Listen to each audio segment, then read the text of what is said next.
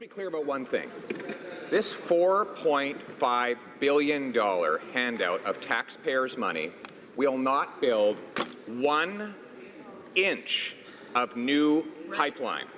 In fact, every penny will go into the pockets of a Texas oil company, which it will then take to build pipelines outside of Canada in competition with our industry. Exactly. How did we go from that company wanting to invest $7 billion in Canada to sending $4 billion of taxpayers' money out of this country? Honourable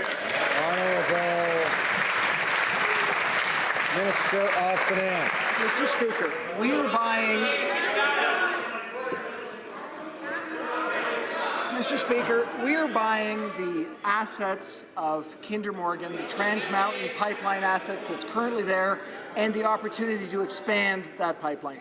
These assets create value. So we are buying assets that create value, and what we're going to do is create more value by assuring that the project gets done.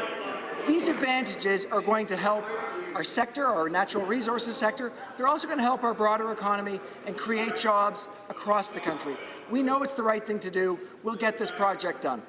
Honourable member for Carleton. What he did is spend over $4 billion on a pipeline that Canadians have had for over 60 years.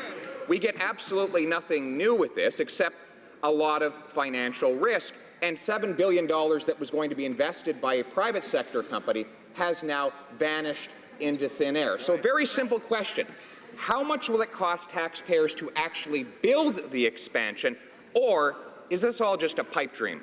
Honourable Minister of Finance. Mr. Speaker, fundamental to what we are doing is actually buying assets. So those assets were owned by someone else so that we can actually make sure this project happens. Of course, we want to make sure that we get the appropriate value for Canadians. So there is commercially sensitive information that as we look towards how we might move this project into the private sector, that we need to recognize as commercially sensitive.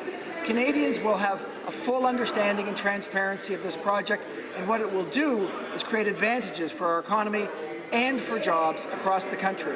Thank you, Mr. Speaker.